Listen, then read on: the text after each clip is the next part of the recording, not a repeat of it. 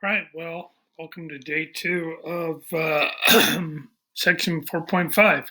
So we're solving polynomial equations still. And today we're going to talk about the rational root theorem. We're going to do a couple of examples with it. The rational root theorem states that if f of x is equal to a sub n times x raised to the nth power plus dot dot dot plus a sub 1 raised times x, that would be raised to the first power, remember, and then plus a sub 0 has integer coefficients, then every rational solution of f of x is equal to 0 has the following form. So the following form would be p over q, where p is the factor of the constant term a sub 0, and q is the factor of the leading coefficient a sub n. So the rational root theorem lists only possible values. So we're going to say only possible values, and we will be looking at all of them. And in order to find the actual solutions, you have to test values. So to do that, we're going to look at the list of possible solutions. So for example 3, it says find all real solutions of x cubed plus x squared minus 14x minus 24 is equal to 0. So again, p is a sub 0, so that would be our 24. All right, so the factors of 24 are 1 times 24, 2 times 12, 3 times 8, and 4 times 6. So we listed them in order. And then the coefficient for a sub n, in this case it's a sub 3, remember that would have a 1 there.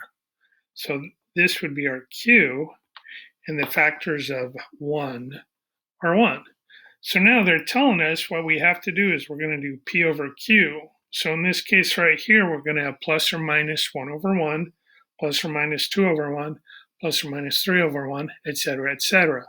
But remember, when it's over 1, we can just say it's plus or minus 1, plus or minus 2, plus or minus 3, plus or minus 4, and so on. All right, so now what they want us to do is they want us to test possible solutions using synthetic division. Remember, if I use synthetic division and I get a 0, then we know that that 1 will be a factor. So what they suggest is we start with the smallest ones first. All right, so I'm going to start with negative 1.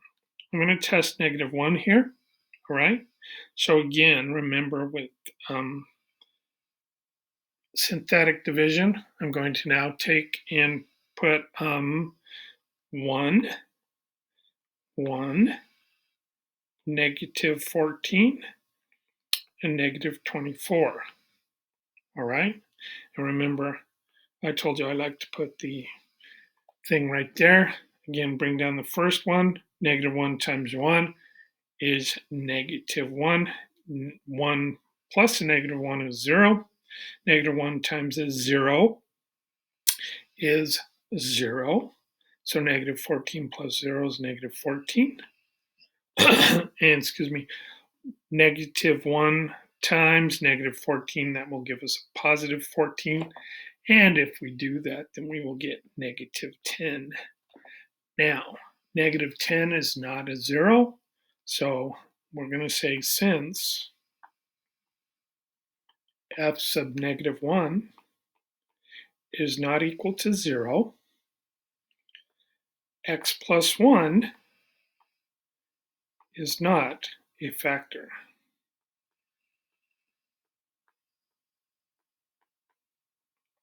Okay, so if it's no, you know it's not going to work. Now remember, this is x plus 1, which we would write as x minus a negative 1, and that's where we got that negative 1 there. All right, so now I'm going to tell you also that 1's not going to work, just to make it a little quicker for you. So let's go ahead and test 2. So we're going to test 2. All right, and I'm going to put a 2 out here, and then I'll have 1, another 1, not negative, negative 14 and negative 24. And again, I'm going to bring the first one down. 2 times 1 is 2. 1 plus 2 is 3. 2 times 3 is 6. I forgot to put my little thing there. Negative 14 plus 6 is negative 8. 2 times negative 8 is negative 16, and that would give us negative 40. So that is also a big no there. So we don't have to write down that it's not going to be a factor every single time, okay? So now let's test negative 2. And we're going to put in negative 2 here. Again, I made the first one way too big, so I'm going to have to make these a little smaller. And then I'll have negative 24. Bring the first one down. Negative 2 times 1 is negative 2. 1 plus negative 2 is negative 1. Negative 2 times negative 1 is positive 2. That'll give us negative 12. Negative 2 times negative 12 is positive 24.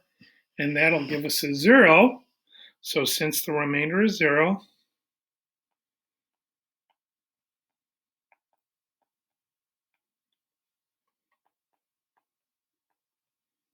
that will tell us, remember now it's negative here, so that's going to be x plus 2 is a solution. Okay, so now that we know that x plus 2 is a solution, we know that we have x plus 2 as a factor.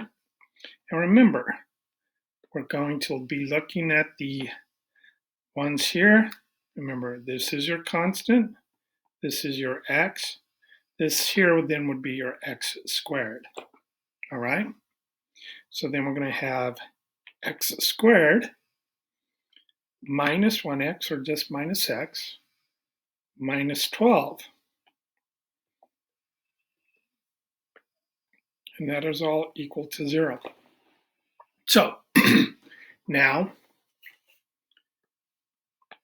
is this part factorable? And you should be able to tell me yes. So it's an x and an x. Remember, if that one is negative, you know that one of them is automatically positive, the other one's automatically negative when we have a coefficient of 1 there.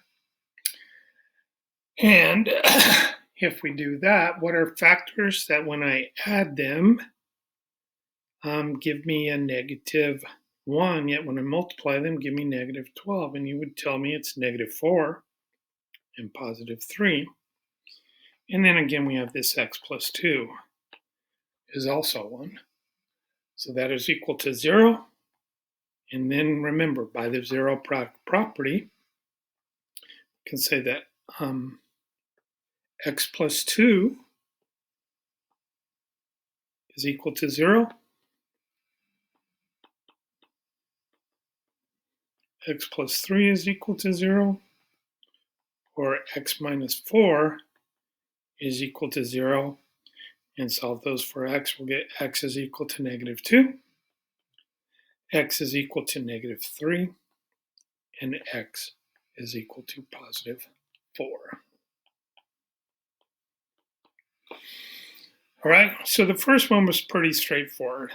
All right, it's still pretty straightforward. When the leading coefficient is not 1, the list of possible rational solutions can increase dramatically. In such cases, the search can be shortened by using a graph. All right, so we're going to look at this and we're going to see, find all real zeros of f of x is equal to 6x to the fourth minus 11x cubed minus 16x squared plus 2x plus 4. So the factors of 4 are 1, 2, and 4. Remember, it's 2 times 2, so I only have to write it down once. So these here are our p, okay? the factors for q are 1 and 2.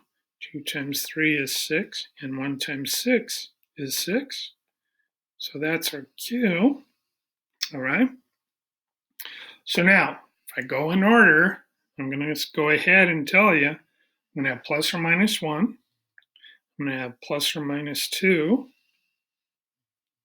Let me fix that.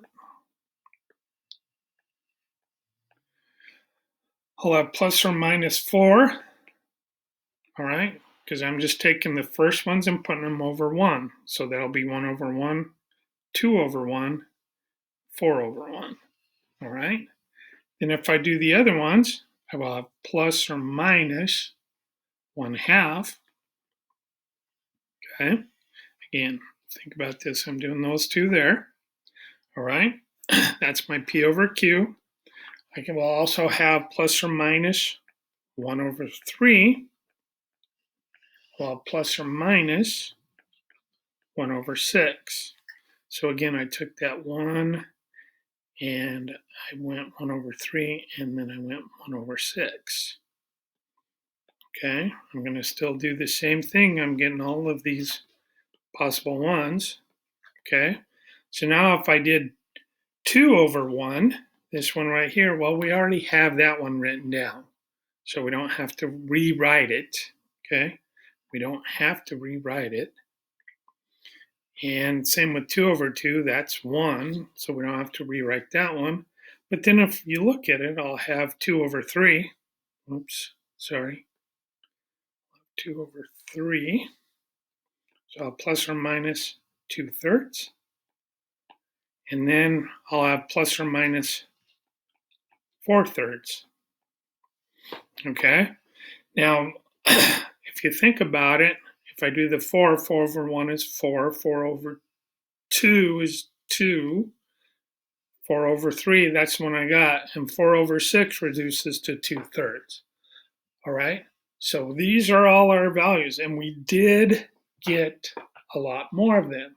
All right? So now what we're going to do here is on this one here, it tells us to use the calculator to find reasonable values from the list to test. So I went ahead and made it for you here. So remember, I suggested you use Desmos, and if you look at it, I do have some zeros here. Now what you need to notice here, ladies and gentlemen, is it will tell us there's a 0 at 2.732 and 0. We have one at 0.5 and 0. Now remember, 0.5 is 1/2. That's something we'll have to look. And it looks like we only have one here. But I want you to notice if I zoom in, okay, if I zoom in,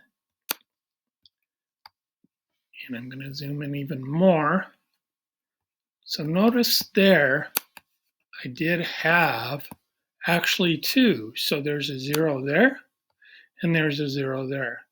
So that, remember, that's negative 0.667. Remember, that's negative 2/3.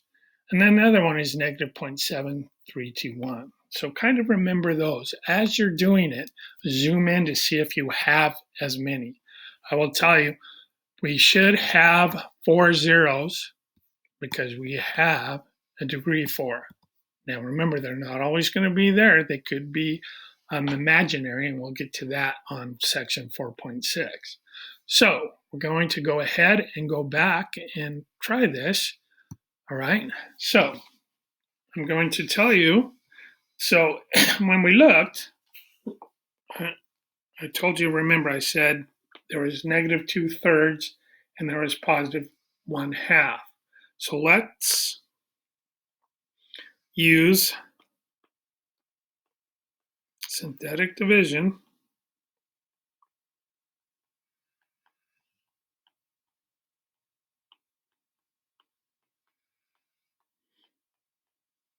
to test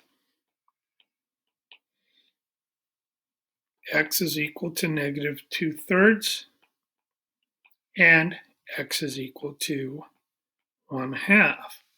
Now remember, when we test these, since you saw they were on the zeros in the graph, they should have a remainder of 0. So we should expect one. Well, let's go ahead and do 1/2 since that's the easiest one. Okay. So again, we're going to do the same thing here. And you'll see it's not as bad as it looks. So I'm going to take 6 there. I'm going to take negative 11. I'm going to take negative 16. I'm going to take 2. I'm going to take 4. Now remember, we should expect to get a 0 as a remainder. So I'm going to bring down the 6. And remember, half of 6 is what? And you would tell me it's 3. Negative 11 plus 3 is negative 8. What's half of negative 8? You would tell me it's negative 4. So negative 16 plus negative 4 is negative 20. What's half of negative 20? Negative 10. And you would tell me 2 plus a negative 10 is negative 8. And what is half of negative 8? You would tell me that it is negative 4. And 4 minus 4 is 0. All right? This is as expected.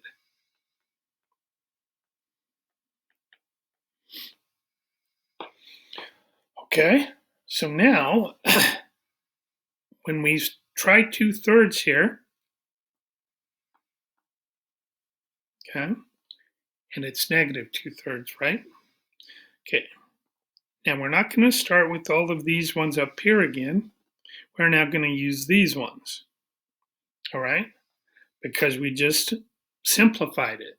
So we're going to keep going, and we're going to take those ones, and we're going to have 6, negative 8, negative 20, and negative 8. All right, and again, we should expect a 0. All right, so if we get another 0 here, again, we're going to bring down the 6. All right, now I want you to think. Negative 2 times 6 is negative 12.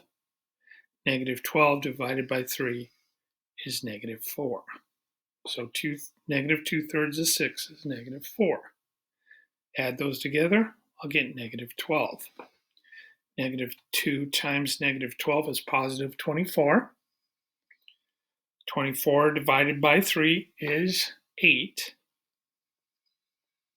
So negative 20 plus 8 is negative 12. Well, you just told me it was 8, so you're going to tell me it's 8 again. All right.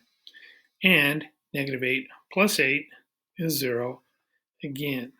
Since those were the two we saw on the graph, it is 0. And again, we expected that. So as expected.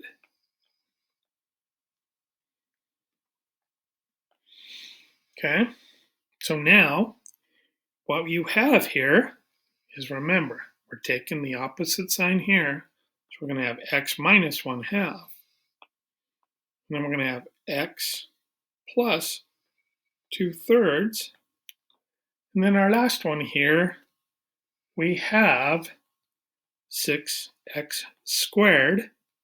Remember, this is our x squared term. That's our x. That's our constant. Minus 12x minus 12. And all of that is equal to 0. Now, if you want to think about it, we can factor this one a little more simply. We can take out that 6, and then we'll just have x squared minus 2x minus 2. And think we could we could divide by 6, and 0 divided by 6 would be 0. So that kind of gets rid of that big number there for us. So we look at that, and so now we have to look at this. X squared minus 2x minus 2. So that is unfactorable.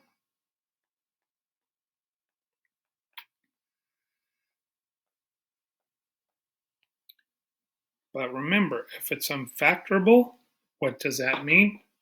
That just means that you have to use the quadratic formula.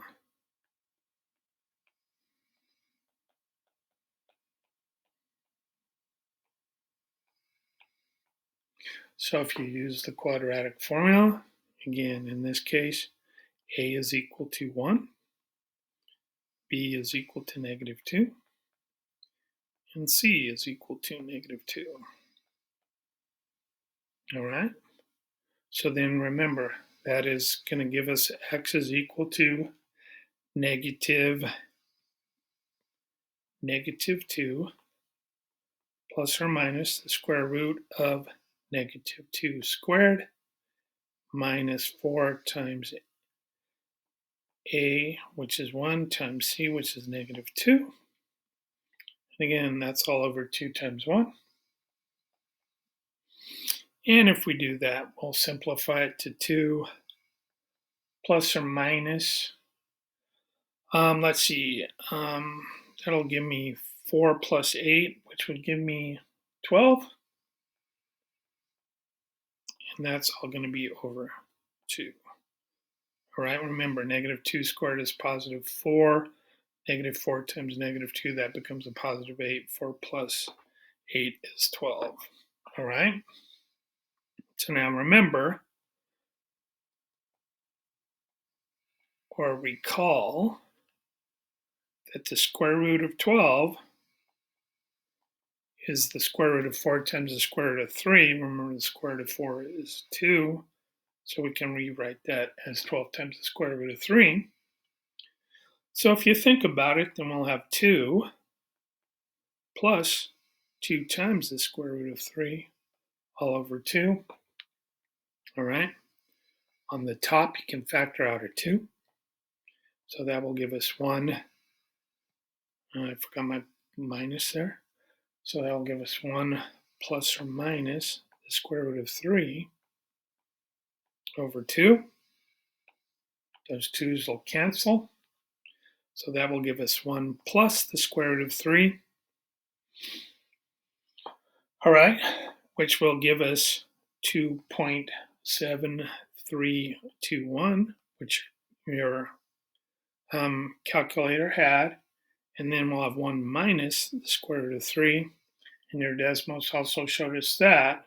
That was -7.321. All right. So we're not going to write it like that. I was just showing you because that's the way we had it on the 0. All right. So you would tell me that your real zeros are x is equal to 1/2,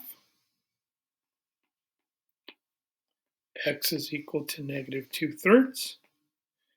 And remember, you can just write it as x is equal to 1 plus or minus the square root of 3. Okay? And if we go back here, okay, again, there was our 2/3 one. There was our -7.321. If I move it over, is it going to let me move it over? Okay, there was our 1/2. And there is our 2.7321.